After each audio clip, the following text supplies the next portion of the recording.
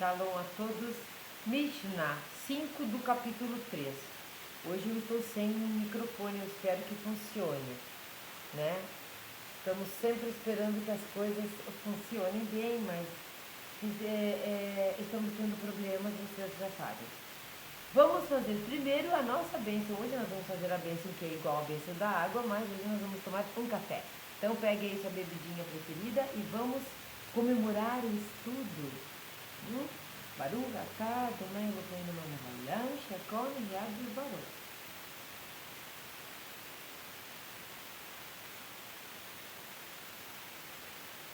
É sempre muito bom a gente tomar alguma coisa quando está estudando a Torá.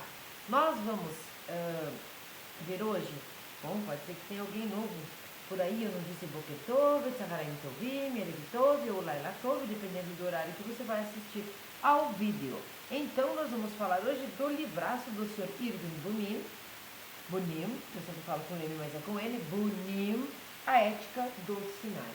A Ética do Sinai são comentários sobre os grandes sábios do Talmud, no tratado Pirkei Avot, né? O tratado do Talmud. Ele não vai fazer discussões aqui, ele vai comentar. Em alguns comentários, o Sr. Irving Bunim se utiliza de várias alternativas, né? Algumas ele comenta a Mishnah de uma única maneira, com uma única ótica. Às vezes ele coloca mais uma ótica diferente do que talvez o sábio tenha quisto falar, o que ele quis dizer com aquilo. Então, uma interpretação é um comentário sobre as máximas dos grandes sábios do Talmud, do Pirkei Avot. Nós estamos hoje na Mishnah 5, capítulo 3, e eu estava realmente com saudades de estar aqui para falar da Ética do Sinai, porque faz tempo que eu não gravo vídeos nesta playlist. E nós vimos que tudo tem muito a ver uma com a outra, né? Seja uma lição a cada dia, quando nós estudamos essa arte da boa palavra, de como nos comunicarmos, sem fazermos maledicência, né? Sem fazermos lashon hará, entendemos sobre Shmirat HaLashon, como é que a gente faz para guardar esta língua tão venenosa, às vezes nervosinha. E a Ética do Sinai, ela é importante quando nós estamos trabalhando concomitantemente as duas playlists, os dois tipos de estudo, porque aqui é tudo muito sobre ética, sobre conduta, né? Sobre andar nos trilhos, sobre ser uma pessoa reta, realmente, de conduta ética e moral, né? Não vou entrar aqui numas do que é moral e o que é ética, porque o meu pensamento, eu já disse para vocês em outro momento, é importante nós nos colocarmos com relação a isso, quando você vai estudar sobre ética, quando você vai entender sobre isso, mas a maioria dos sábios, de todas as vertentes filosóficas, entende a ética como algo subjetivo e a moral como algo objetivo. A minoria pensa o contrário. E como eu estou de acordo com a minoria, eu nunca estendo muito sobre isso. Então, vamos deixar assim, ética e moral, bons costumes, nós entendemos no bojo o que significa. Então, vamos fazer Shmirat HaLashon, vamos andar retos. Ética do Sinai e uma lição a cada dia do Hafetz Haim são estudos que andam juntos na nossa vida. Nós vamos ler então a máxima.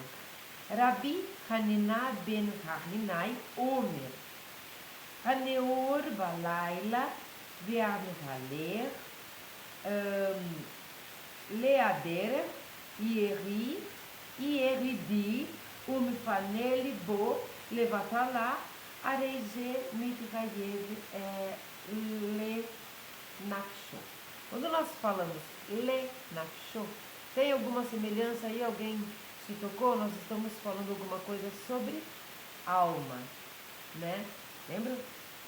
Alma. Nefesh ou alma Neshama, são dois tipos. Aqui nós estamos nos referindo num construto dentro do hebraico e nós vamos ler a tradução que você vai entender.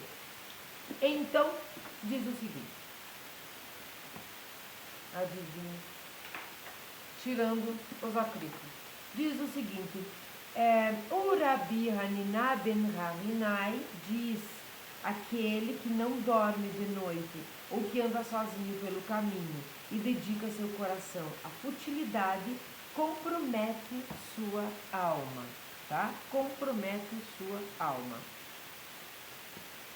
Vamos entender o que é que o Sr. Irving Bonin tem a dizer sobre a máxima do Rabi Hanina. O Rabi Hanina viveu durante a ocupação romana da Judéia, quando o estudo da Torá foi proibido sob pena de morte. E assim, este sábio ensinou que, se as pessoas não estudarem a Torá à luz do dia, isto é compreensível em tempos de perigo e morte como estes, aqueles, né?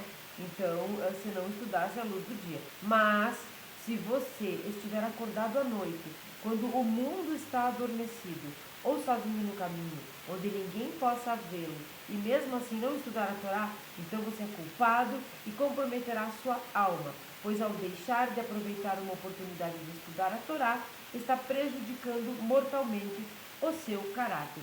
Ele começa explicando aqui que pelo motivo dessa época aqui, ó, né, o Rabi Hanina viver na época da ocupação romana, onde era pena de morte, se eram pegos estudando a Torá, então aqui ele diz, ele poderia querer dizer sobre isso, não estar sozinho à noite, não ficar ali correndo perigo para não ser pego.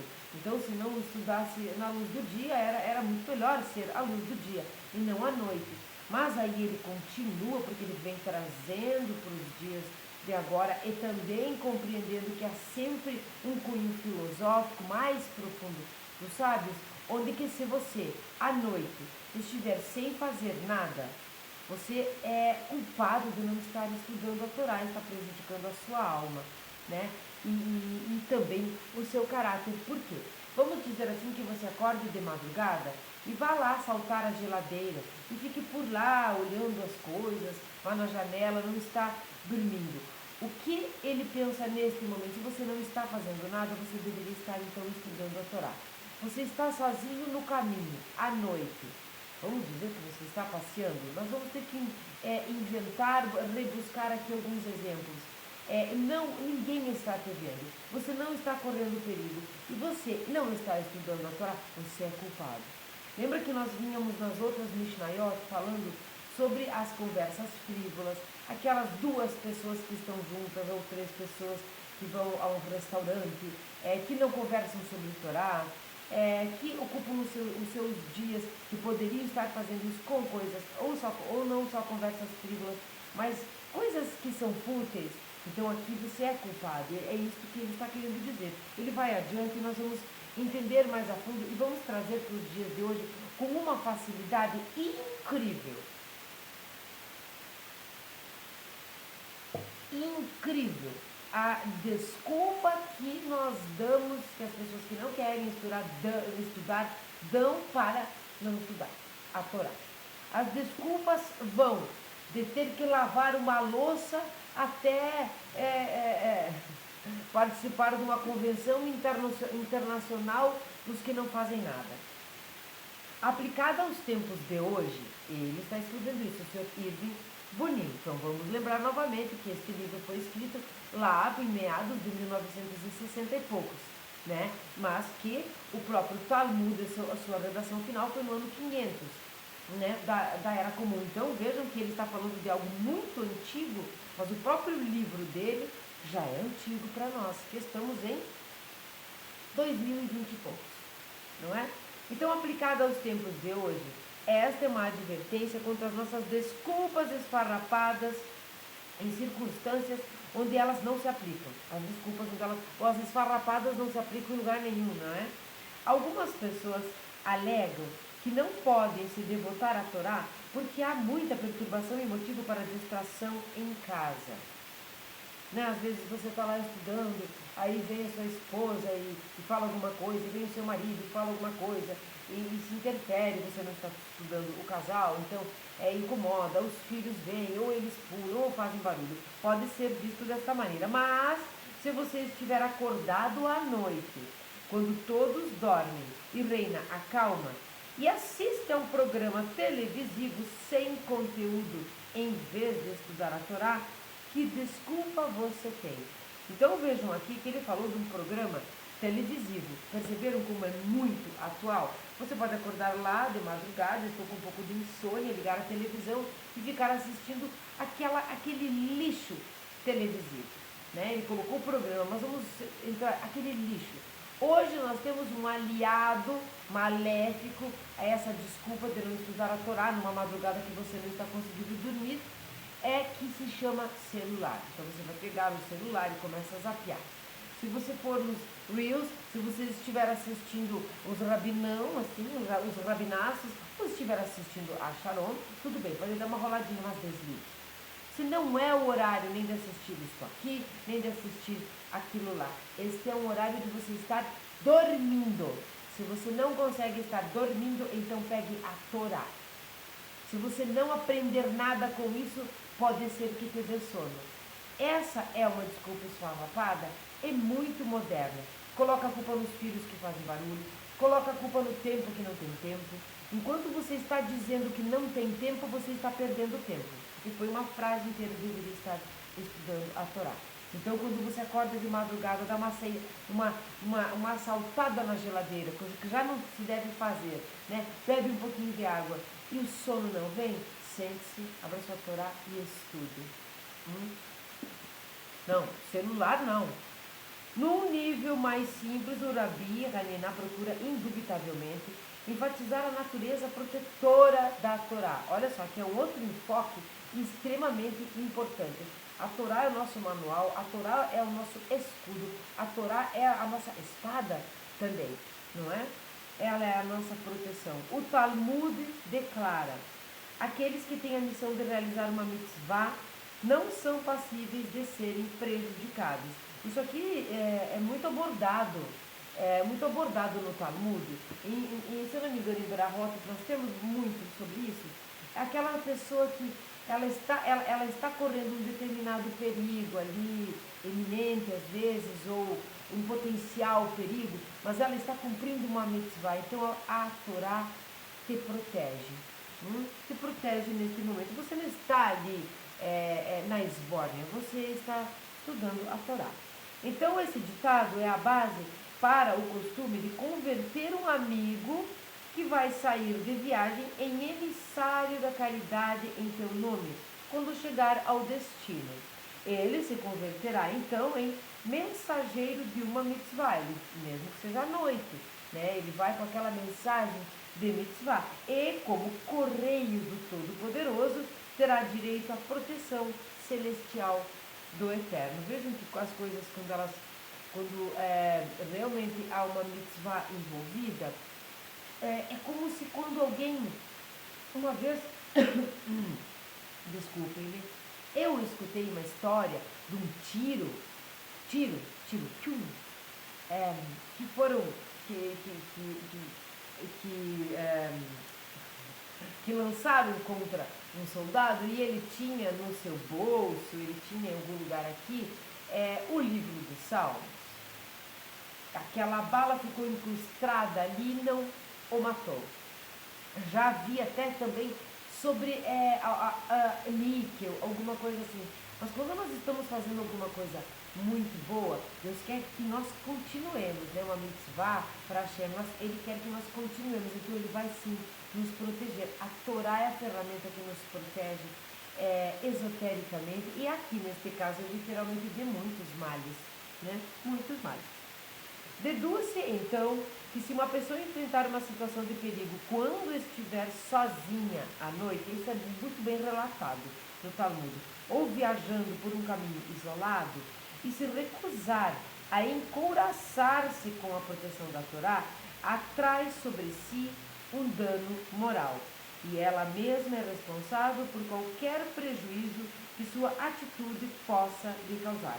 Sabe que tem algumas passagens no Talmud que falam sobre demônios, né? Que você não deve sair à noite sozinho, nem entrar em construções. É muito interessante isso. Aqui nós estamos falando algo um pouquinho diferente, que é naquele caso, onde aqui nesse caso, onde você realmente não está preocupado com a Torá, sai sozinho, então não são demônios, mas essa proteção não existe. Hoje em dia, os rabinos dizem que nós estamos com tão pouca luz, nós estamos num nível tão baixo de elevação mesmo, num nível tão baixo de compreensão, de entendimento e de espiritualidade, que esses demônios nem sequer tentam chegar em nós. Imagina só, nem eles querem a gente. São palavras dos rabinos. Por quê? Porque a escuridão, ela chega, né? Onde a luz, ela chega, mas quando a luz é muito fraca, não interessa, não faz coceguinha, mas quando a luz é muito grande, aí sim ela tem medo. Então que os demônios nem chegam mais perto da gente na madrugada. Aqui, ele está abdicando da proteção da Torá. E não é isso que nós queremos e que nós devemos fazer. Então, por isso ele diz aí, traz sobre si um dano mortal. E ela mesma é a responsável por qualquer prejuízo que sua atitude possa lhe causar. Quer dizer, a culpa não é de Deus. Sinceramente, a culpa nunca é de Hashem. Nós já sabemos disso, né? Nós temos a livre escolha. A livre escolha, o que é? A livre escolha de escolher se utilizamos ou não o nosso livre-arbítrio. Ao escolhermos utilizar o nosso livre-arbítrio, por isso estamos aqui neste mundo, nós somos responsáveis pelos nossos atos e pelos nossos não atos também, principalmente quando nós não ignoramos o fato. Então a culpa nunca é de Hashem. No Talmud, 2 sábios divergem quanto ao propósito adequado da noite. É muito interessante, estudar o Talmud nesta parte é muito interessante, mas ambos concordam que ela é de vital importância. Um diz que a noite foi feita para se dormir, enquanto o outro sustenta que foi concedida para se dedicar ao estudo. 2 sábios do Talmud, e consta no Talmud a própria discussão. Lembram que nós já conversamos aqui lá no Talmud essencial que as divergências dos sábios dentro do Talmud não fazem com que eles sejam retirados. Por exemplo, escolhemos como alahá, ali ficou determinado que vamos utilizar aqui este pensamento. O outro não é jogado no lixo. As divergências são muito importantes para o crescimento e nós não estamos falando de pessoas comuns que ficam divergindo para uma briguinha de ego. Aquelas briguinhas, assim, quem sabe mais, aquela coisinha que não leva a lugar nenhum, só o desacordo e a inimizade. Aqui nós estamos falando de sábios. Então eles divergiam já num patamar altíssimo. Obviamente, há muito a dizer sobre cada ponto de vista, esses dois, né?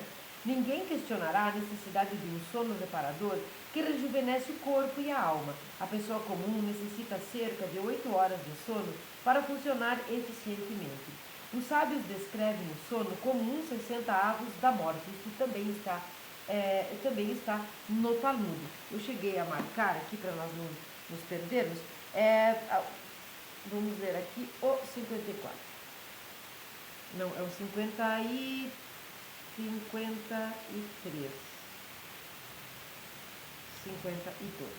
É no Talmud Brahot 57b. Tá? 57b, quem tem o Talmud e gostaria de aprofundar os seus estudos, está nesse livro aqui. Esse aqui. Brahot, do 1 ao 3. Bom, obviamente há muito a dizer sobre cada ponto de vista, né? Ele vai explicar, já disse. Um pequeno gozo antecipado do descanso total, eterno e bem-aventurado. É o que ele quer dizer com 60 avos da morte. Então, claro que quanto mais nós dormirmos, menos vida nós temos acordados. Então, menos vida nós temos, né? Porque nós sabemos que a alma vai dar uma banda, uma passeada, mas nós não vamos inteiros. Então, é melhor que fiquemos acordados.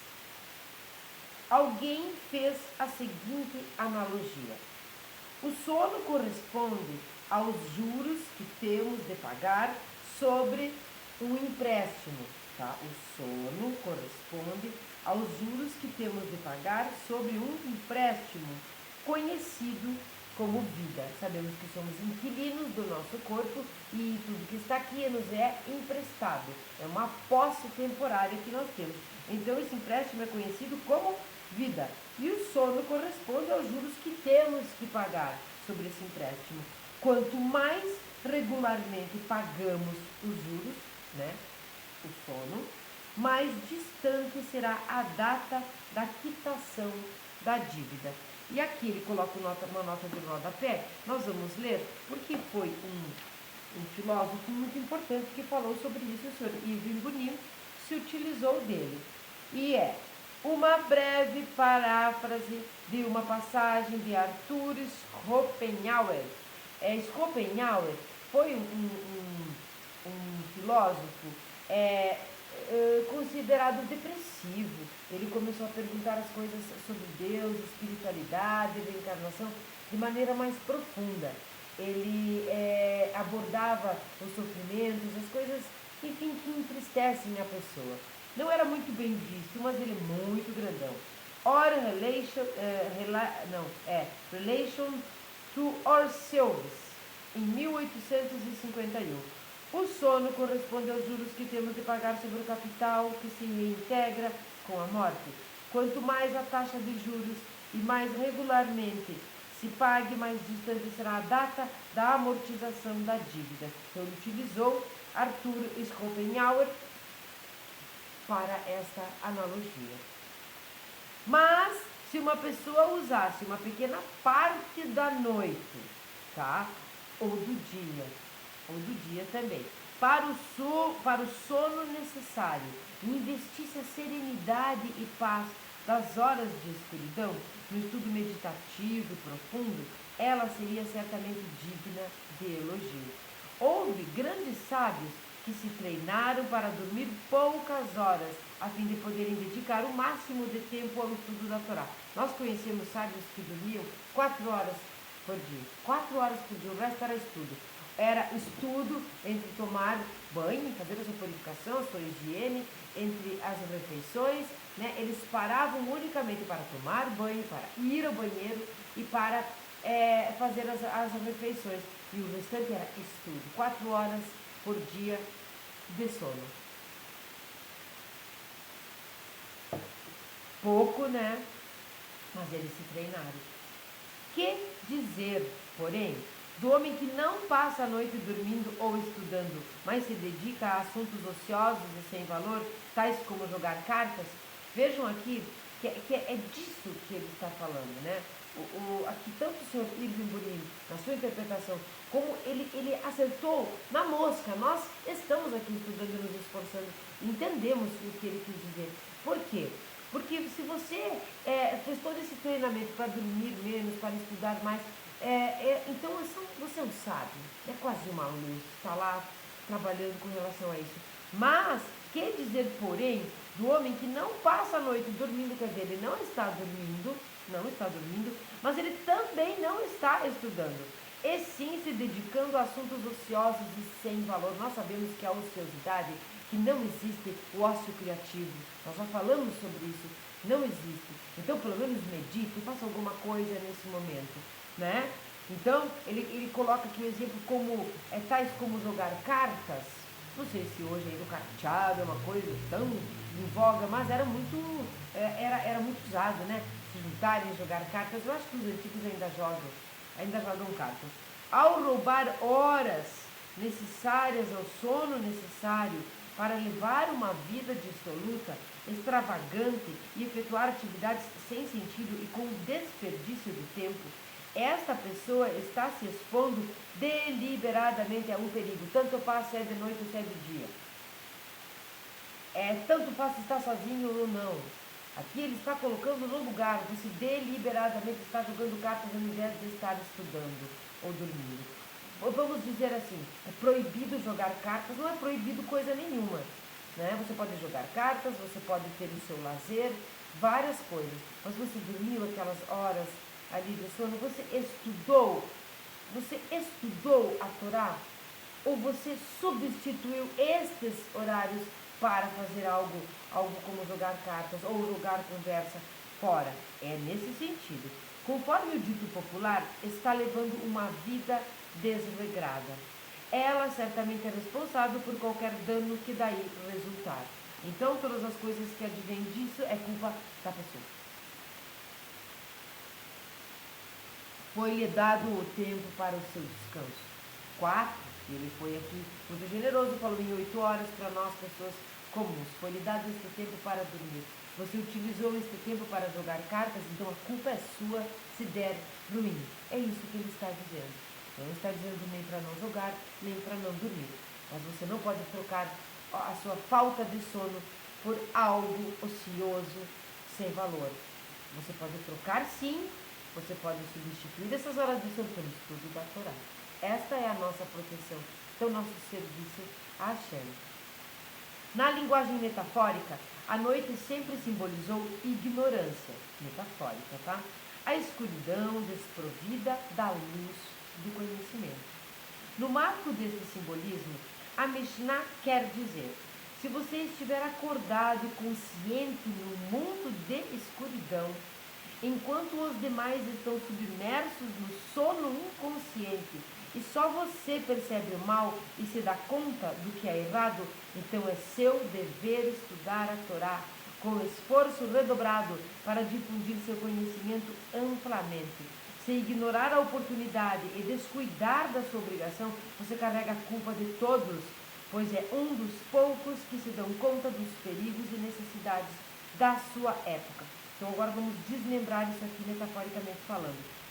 Lembram quando, talvez não lembro, quando nós dizemos que quando nós não conhecemos, não sabemos sobre algo, nós não estamos isentos de culpa, mas, todavia, porém, nós não conhecemos, então nós vamos conhecer aquilo, e aí sim nós vamos poder falar algo sobre aquilo e sermos cobrados. Quando nós conhecemos o perigo, quando nós conhecemos a escuridão, quando nós sabemos que ali falta luz, e isto significa ignorância, a escuridão é ignorância, e o dia, vamos dizer assim, a luz é o conhecimento, então nós temos o conhecimento sobre isso, o entendimento sobre isso, nós somos duplamente responsáveis. Então, ele diz aqui o seguinte: se você tem conhecimento que nós devemos estudar, que você deve estudar a Torá, e que esses momentos frívolos, sendo que você tem esse conhecimento, não podem existir, esse é o momento de estudo, né? Aqueles outros, você tem conhecimento que aqueles outros estão em sono profundo, inconsciente, o que ele quer dizer, na ignorância, sua responsabilidade trazer luz, não fazer o mesmo, né? Por quê? Porque você tem o conhecimento. Então agora você se torna responsável. É como aquele livrinho do Pequeno Príncipe. Tu te tornas responsável por tudo aquilo que cativas. Então aqui tu te tornas responsável cada vez mais por aquilo que conheces, por aquilo que começas a entender. Essa metáfora é muito boa. Por quê? Vejam aqui, ó, se ignorar a oportunidade e descuidar da sua obrigação, você carrega a culpa de todos, a sua e daqueles que estão na escuridão, que estão no sono profundo, inconsciente, que são os que estão na ignorância. É isso que ele quis dizer. Você carrega a culpa deles também, né? Dos poucos que se dão conta dos perigos e necessidades da sua época.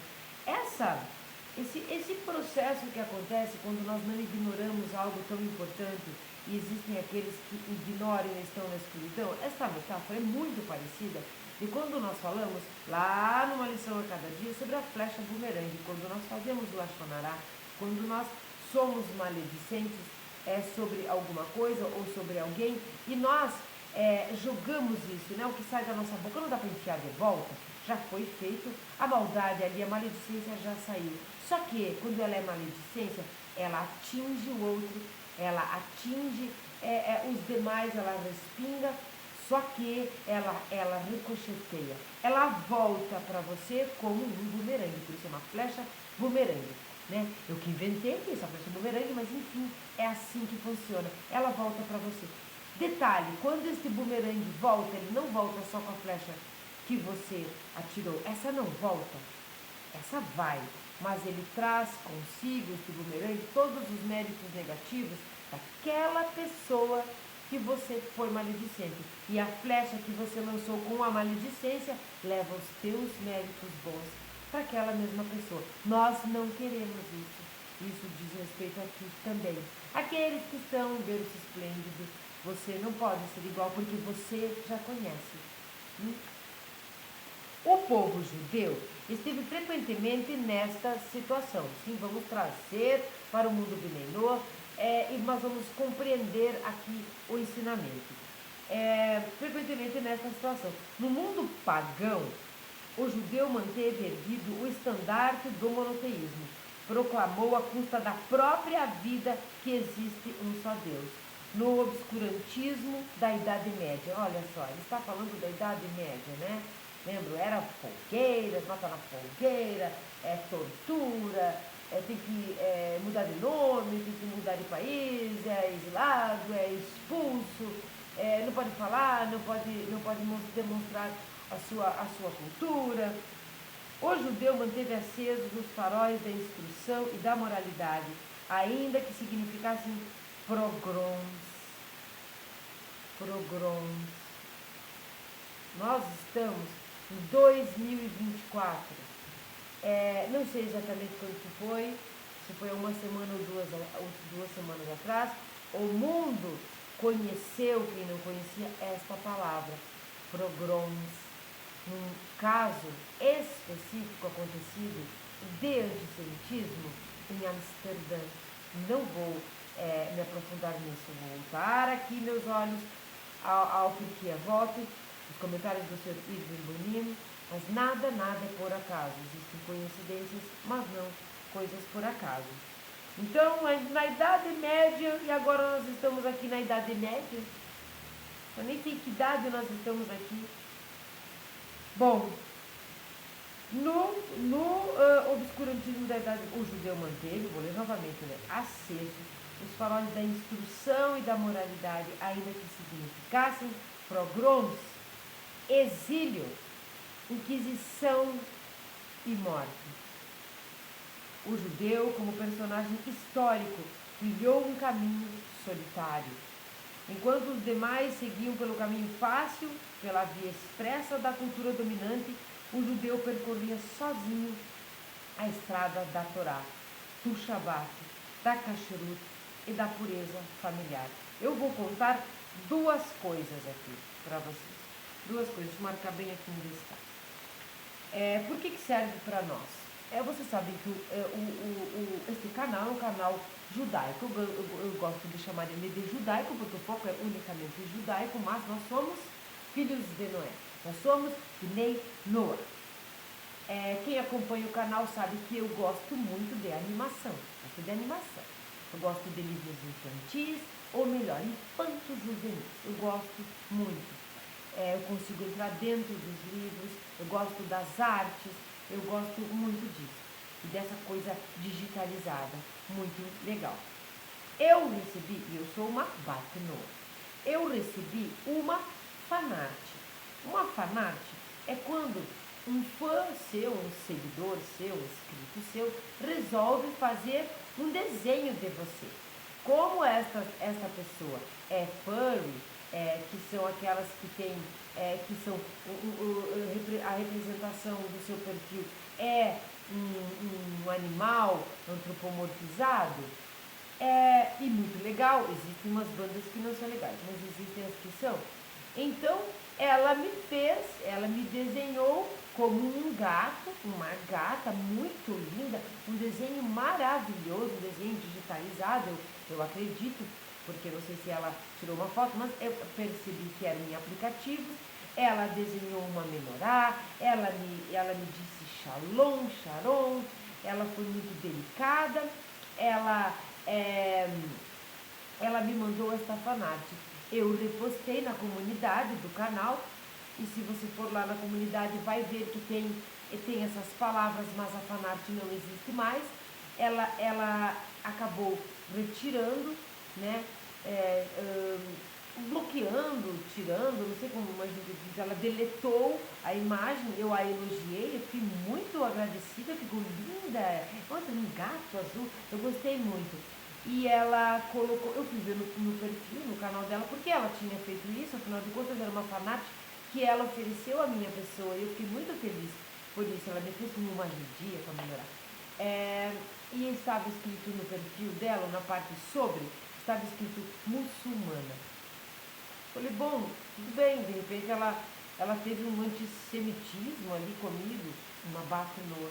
Quero que vocês entendam que quando nós começamos a mexer com as abelhas, quando nós começamos a retirar o mel da mesma colmeia, as abelhas se mexem, né? Elas se sentem ameaçadas de alguma maneira. Então, hoje o antissemitismo não está acontecendo somente com os judeus, mas nós estamos sofrendo com isso também, indiretamente. O detalhe é que eu descobri no decorrer do tempo, porque eu queria saber por que foi que ela tirou, fiquei tão feliz, eu elogiei tanto, agradeci, eu descobri que é alguém, criança, é alguma criança, ela expôs o seu rostinho, eu acabei vendo, deve ter 11, 12 anos, sei lá, também as crianças estão crescendo de um jeito diferente. É uma criança perdida no YouTube, talvez o pai e a mãe nem saibam, mas que com certeza não é nem muçulmana. Depois ela tinha umas coisas, umas imagens com coisas cristãs. Ela não é de nenhuma coisa, ela não se identifica com nada, mas ela escutou, ou os pais, ou a mídia, ou os amigos, em algum lugar ela escutou alguma coisa que a fez entender que não era legal fazer um desenho para uma judia ou um desenho para uma batinoa. Ela se sentiu, não aqueles os anti-pró-Israel. Ela confundiu as coisas sem motivos e sem intelecto suficiente ou conhecimento para isso. Então, vejam o perigo que nós estamos passando novamente. E nós agora juntos. Eu espero que isso realmente termine, que a Torá nos proteja. Porque eu estou com paixão daqueles que de bom coração e que acolhem, mesmo sem ser da religião e tudo mais, mas eu estou com muita pena daqueles que não entenderam nada, nada, que tem preguiça de estudar a Torá, de compreender a história, de buscar nas fontes fidedignas mesmo sobre o assunto, eles estão sendo induzidos. Então nós temos ideologias, seja lá ideologia de sexo, de não sei o quê, ideologias disso, daquilo, e posições que adolescentes e crianças estão tomando sem fazer a mínima ideia do que estão fazendo. Então, que futuro nós estamos galgando aqui? Nós estamos vendo a Inquisição, nós estamos vendo pogroms, nós estamos vendo, o que mais que ele usou aqui, exílios nos dias de hoje. Outra coisa que eu quero aproveitar, eu vou ler mais um parágrafo, temos só mais dois, e eu quero falar mais um pouco sobre algumas curiosidades que eu me lembrei ontem, que são importantes para que nós saibamos que as coisas que nos são impostas, que as mudanças, é melhor pegar o celular do que estudar a Torá, por que você está estudando isso aí? Chega, isso não vai te levar a lugar nenhum, isso não te dá lucro. Já ouvi pessoas me dizerem que lucro que você vai ganhar com isso. Essas coisas não entendem que o nosso serviço é um serviço gratuito para a Hashem. A nossa recompensa não é neste mundo. Uma parte dela não é neste mundo, né? E uma parte dela é neste mundo. Neste mundo, a parte é aquela para que nós fiquemos fortes, nutridos, bem vestidos, para podermos investir no nosso conhecimento, a nossa vida, para o estudo da Torá, para servir a Hashem, para a caridade, para a próxima recompensa, que é o mundo vindouro, que não é aqui neste plano, nessa ideia. Então nós não fazemos por recompensa, nós temos ela porque é ela que nos mantém vivos para continuar. É isso que Deus quer de nós. Então, essas pessoas têm preguiça de estudar, não querem conhecer isto, não entendem. Então, eu vou ler mais um parágrafo, eu quero contar mais uma coisinha. Que eu estava falando, já estava me esquecendo. Essas coisas que são colocadas, eu tive a experiência no coro, né? Eu tive a experiência desta criança. Ela é uma criança, não poderia ser outra coisa, pelo que eu vi, a carinha. E muito delicado, é muito bonito o desenho. De repente ela tomar esta atitude. Ela não sabe de nada. E ela não é muçulmana, até porque eu tenho amigos muçulmanos, eles são maravilhosos, não tem culpa, não podemos generalizar. Então, eu vi que as coisas realmente são aos pouquinhos. Hoje, eu vi que isso não era bom, então eu tiro lá. eu me exponho, uma menina se expondo, mães, pais, o YouTube pode ser para criança, mas você precisa estar alerta para ver o que a criança está fazendo no YouTube, né? Nós temos ali o espaço de comentários, tem como restringir, você sabe disso. Se você não sabe disso, fique de olho na sua criança. Seja você uma pessoa pró isso, pró aquilo, ou não, proteja a sua criança. E aí, você vai vendo que é aos pouquinhos. Então hoje ela colocou lá aquela palavra muçulmana, depois ela coloca sou no sei o, depois ela não coloca nada, depois alguém diz pra ela que é bonito colocar um piercing não sei aonde, pintar umas coisas coloridas no rosto e virar outra coisa. Depois ela vê que todas as pessoas estão fazendo determinadas coisas. Eu não estou criticando quem bota piercing. E nem estou criticando coisa nenhuma, mas quando é genuína da sua vontade, então isso vai aos pouquinhos. Então, o passado que o senhor Irving Bonin está aqui alertando e contando que os judeus passaram, é um passado que deveria fazer jus ao nome de passado que passou, mas nós estamos vendo ser repetido. Do mesmo jeitinho, aos pouquinhos, restringe isso, não deixa de estudar a Torá, agora não deixa que faça isso, agora fica... Eu vou contar mais uma para vocês. Nas nossas orações de Shaharit é a da manhã, né? Dizemos, bendito sejas tu, Hashem, nosso Deus, do universo, que deste ao galo, lembram? Estão lembrando das preces, das Shaharit? Inteligência para distinguir o dia da noite. Nas bênçãos. Alguns impetram a palavra serravi como coração e a usam para se referir à comunidade judaica, ao coração do mundo. Estamos agradecidos ao Todo-Poderoso por ter concedido ao povo de Israel o discernimento necessário para distinguir entre o dia e a noite do mundo e atuar como farol para toda a humanidade quando a escuridão a inunda. Estamos novamente com a escuridão inundando o mundo. Então nós, juntamente com o povo judeu, nós, Benenor, vamos fazer o quê? Vamos ser faróis, vamos ter da'at, discernimento, distinguir dia da noite, no sentido esotérico da expressão. Israel é o barômetro da condição moral da humanidade. Se você quiser averiguar como era a qualidade moral de uma sociedade em determinado período, pesquise como os judeus eram tratados.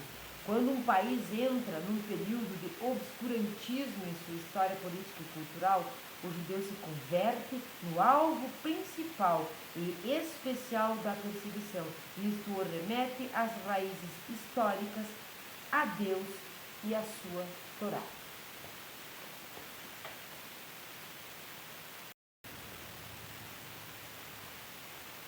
Precisei dar um pause por conta do barulho, que não é fácil. Nós terminamos agora aqui a Mishnah 5 do capítulo 3, né? Da ética do Sinai, do porquê a voto do senhor Irving Bonin, comentários dos grandes sábios do Talmud. Eu quero contar para vocês, com relação a essas coisas, que também foi algo que eu lembrei ontem, eu vou lembrando e vou trazendo, não é? Que nós vamos aprendendo com o tempo e com os nossos estudos. As pessoas não compreendem, elas não conhecem a história, e elas, quando eu digo, é a maioria das pessoas. Então, eu não estou dizendo que é fulano, que é cicrano, mas enfim.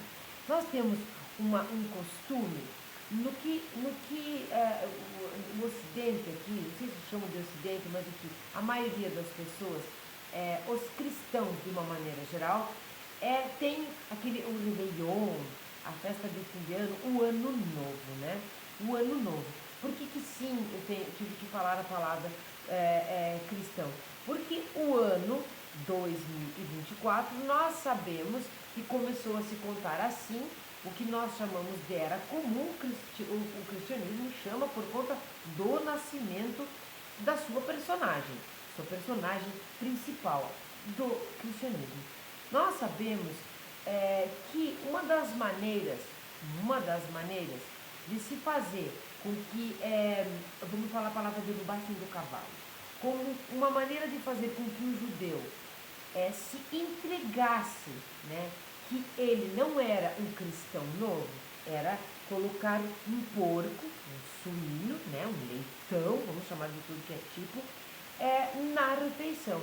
Então, neste ano novo, nessa festa, é costume se comer o porco, o leitão, todo assado em cima da mesa, com a maçã na boca. Eu já vi pessoalmente isso, com a maçã na boca, assim, enfim. E foi passado de geração em geração que isto tem um simbolismo de que o porco está com o focinho, né? Ele tem o focinho, ele está indo para frente. Então que o ano novo começa andando para frente, sempre focinhando, com prosperidade, com coisas boas para frente, assim, como o focinho do porco. Eu também aqueles que comem peixe, que vai para frente, tudo bem. Mas galinha não podia, porque galinha fica ciscando o chão, assim, sempre no mesmo lugar, então ela é pobre, ela não é próspera. Esta é uma história mentirosa, para boi dormir, mas ela conseguiu abarcar toda uma civilização que não sabe que no momento em que o porco estava ali, e dentre os animais ele é o menos kasher, né? Coitadinho do porco, mas ele é o totalmente proibido, porque ele não é dominante, mas tem a sua pata tendida, então ele não completa os dois requisitos para ser um animal kasher e tudo mais, ele é o pior, vamos dizer assim, ele é o totalmente impuro, é proibidíssimo, né? Eu tenho os proibidos e os super proibidos.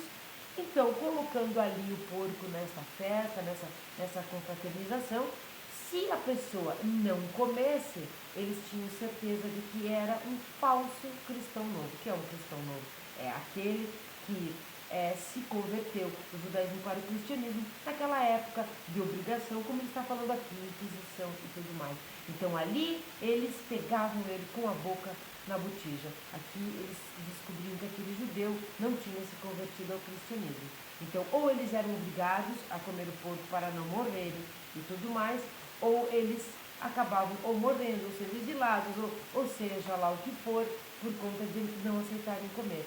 Então, às vezes a gente fala, como por exemplo, quando a gente fala, poxa, mas que judiaria isso, quando é uma coisa ruim, né? Que coisa ruim isso que você fez, e não se toca. E esta palavra significa judiaria, porque é exatamente o que foi feito com o povo judeu, uma judiaria, tratá-los mal, persegui-los e tudo mais. Então vejam que a gente precisa estar alerta sobre várias coisas, principalmente sobre aquilo que parece tão lúdico, tão festeiro. Essa é uma festa, é uma comemoração, são fogos, é uma ceia, e entender o que isso significa. Sabe que o animal ele não é sujo, o animal não é coisa nenhuma sobre isso. Nós sabemos que os transplantes, o próprio coração mais parecido do ser humano é justamente o do suíno, mais próximo a ele. Mas talvez tenha sido por isso que ele é impuro, né? Que a Shem colocou, porque o ser humano é tão impuro. Então o animal não tem culpa de nada. O animal são simbolismos. O ponto final da nossa compreensão do que é kasher e não é, o ponto final, porque nós chegamos até o final do entendimento, mas quando nós chegamos exatamente no final, este pontinho é a Shem que dá, não é nós. Não somos nós. Então, essa foi a Mishnah 5 do capítulo 13, Pirkei Avot, o tratado do Talmud. Eu espero que vocês tenham gostado, que vocês acordem de madrugada e não assaltem a geladeira. E se forem assaltar a geladeira, assalta a geladeira, coloca a comidinha do lado, abre a Torá e dá uma lida. Dá uma leve lida. Não, eu não durmo mesmo, então estude. Estude a Torá. Você não tem desculpa, você é totalmente culpado, nós somos culpados. Quando no lugar disso nós colocamos conversas frívolas, programas televisivos sem valor nenhum, isso quando não são com valores piorados, negativos para nós. E alerta com as crianças, você ama seu filho, ama sua filha, ama as crianças, visto as crianças são o futuro do mundo, o futuro do país, então dê olho nelas. Não dê olho nelas, não deixe uma criança ser antissemita sem nem mesmo saber o que isso significa. Se vocês gostaram, curtam, comentem, compartilhem com as pessoas que vocês amam, com as pessoas que vocês não amam e com todo mundo. vamos ajudar aqui, se você quiser, achar que o conteúdo vale a pena, o canal a crescer e mais pessoas saberem sobre isso.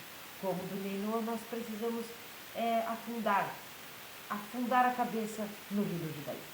Vamos lá então, vamos ler hoje o Salmo 93. Reina o eterno e majestade o reveste, sim, força e majestade o reveste. Firme e inabalável está o mundo por ele criado, desde a mais remota antiguidade, firme é o trono do eterno. Elevam os rios a voz de suas águas fragorosas, acima, porém, do bramido das águas, mais volumosas, acima do brado, do quebrado das vagas do mar. Ah, está o eterno que é poderoso nas alturas. Fidelíssimos são teus testemunhos. Santidade e beleza a tua casa, ó eterno, agora e para todo o sempre. Amém. Me desculpem por ter rido, não se preocupem, porque o estudo da Torá deve ser por alegria. E eu tive que rir, porque a cachorrada começou a latir. Tenham todos um maravilhoso dia. Shavuot Tov.